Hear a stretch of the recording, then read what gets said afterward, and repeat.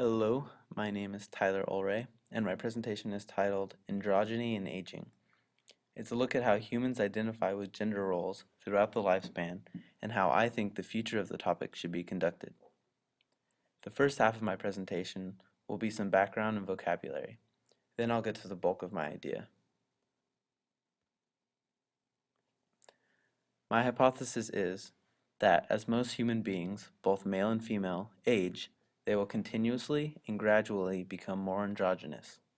In other words, the older a person gets, the higher likelihood they don't identify with the typical gender traits of other people of their sex. An important aspect to grasp when talking about psychological androgyny is the idea of gender roles. Gender roles are sets of expectations that prescribe how females and males should think, act, and feel. Although gender roles vary across cultures, a surprising percentage endorse certain expectations consistently. Examples of some stereotypical gender roles include the following. Males are typically stereotyped as expressing traits such as independent, aggressive, and power-oriented, and are often associated with having emotions of anger or pride. On the other hand, females are typically stereotyped as warm, sensitive, and nurturing, and are often associated with having emotions such as fear, guilt, love, or sympathy.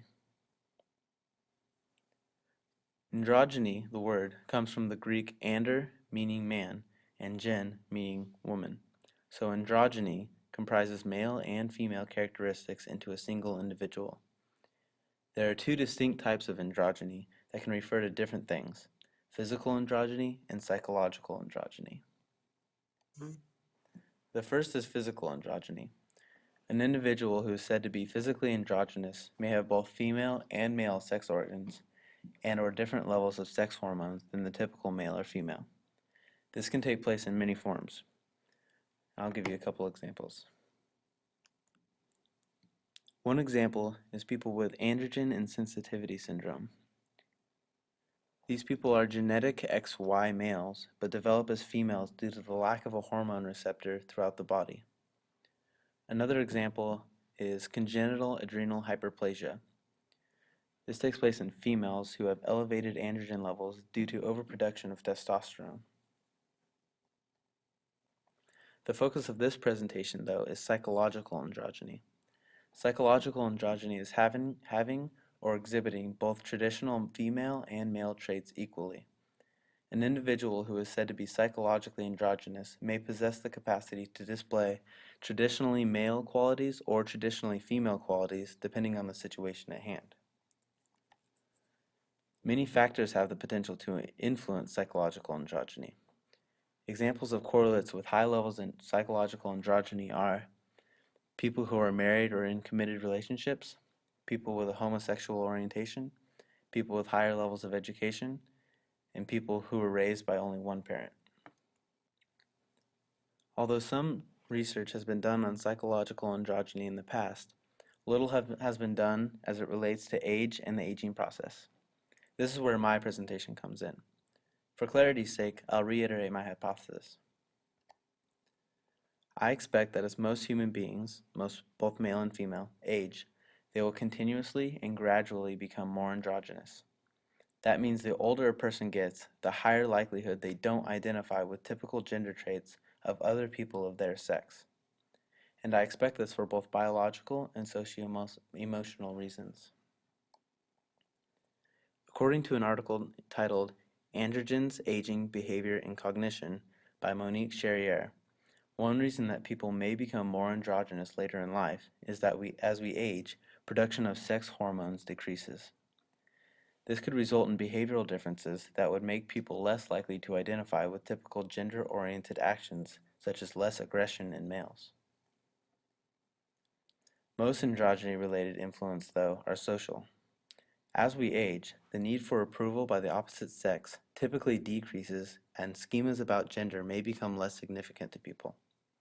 For example, individuals in a long-term relationship probably don't conform to sex roles as often simply because they are not trying to acquire a partner.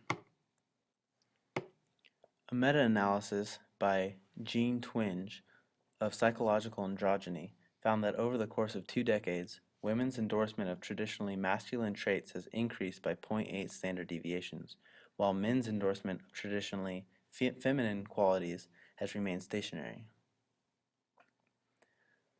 Also, Stroh et al. Approached a developmental analysis of psychological androgyny by using a sample that included members from 6 age groups ranging from adolescents to people over 80. They found that men's scores of androgyny rose and surpassed the declining androgyny scores of women.